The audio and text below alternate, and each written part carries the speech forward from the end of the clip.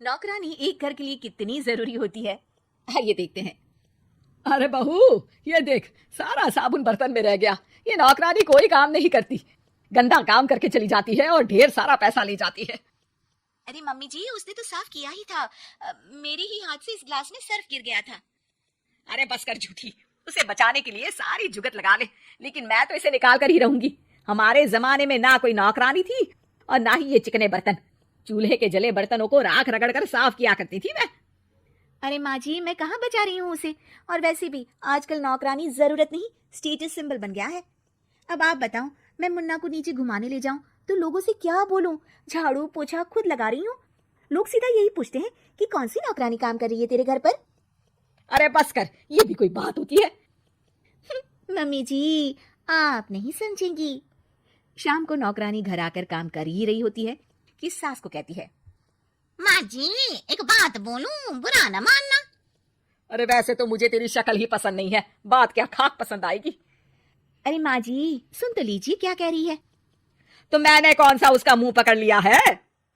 अरे माँ जी, वो लाल साड़ी पहनती हो ना पहना करो।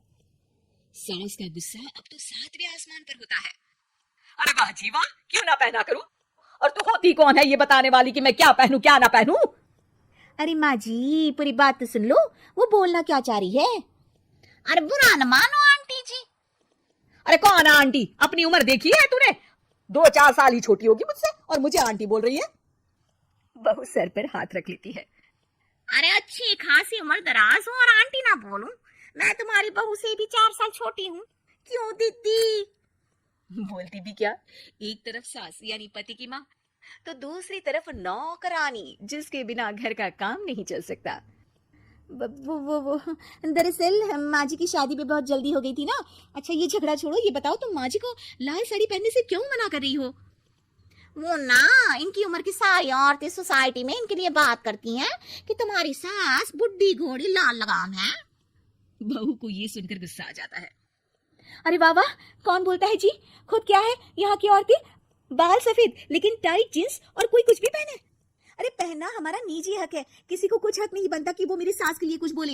मैं आज ही जाकर माँ जी के लिए लाल जींस लेकर आऊंगी, फिर देखो कोई क्या बोलता है। अरे चुप लाल जींस। अरे सुन नौकरानी की बच्ची, जाकर बोल दे उन लोगों से कि उन लोगों की तरह मैं उड़ती नहीं फिरती हूँ घर बार छोड़कर। अपने बच्चों और नाती पोतों में मन लगाती हूँ, ना कि सारा दिन ताश के पत्तों में आंख गड़ाकर 3 पत्ती खेलूं। नौकरानी वहां से चली जाती है। वैसे बहू, नौकरानी के क्या फायदे हैं ये तो पता नहीं, लेकिन सबसे अच्छा तो ये कि पता चल जाता है कि कौन किसके लिए क्या बोल रहा है। सोसाइटी में तेरा नौकरानी रखने का इरादा बिल्कुल ठीक था। अगले दिन उन लोगों के घर की बेल बजती है। बहू दरवाजा खोलती है कि सामने कुछ औरतें खड़ी होती हैं। अरे बहू, कहाँ है तेरी सास? बुला जरा। अरे बहन जी, आप सारी एक साथ आइए आइए, कैसे आना हुआ? अरे 3 पत्ते खेलने आई हैं, क्यों खेलोगी?